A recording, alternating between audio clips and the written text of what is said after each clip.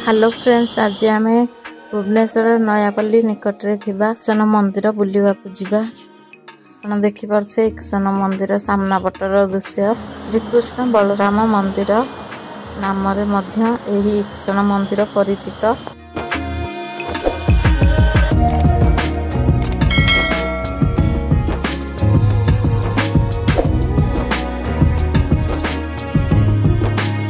एठारे अन्नप्रसाद टाइम होउची 12 रु 2 पर्यंत। आपण माने अन्नप्रसाद पाई परिबे, तापरे यहाँ बंद हो जाए।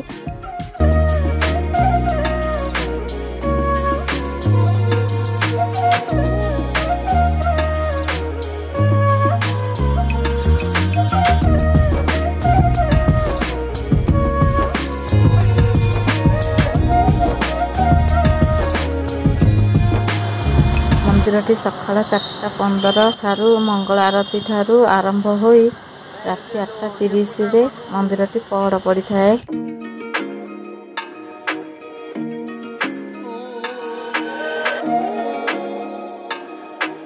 इक्सन मंदिर रे श्रीकृष्ण बलराम समेत श्रीकृष्ण राधा माँकर मूर्ति आपण माने देखि परिबे।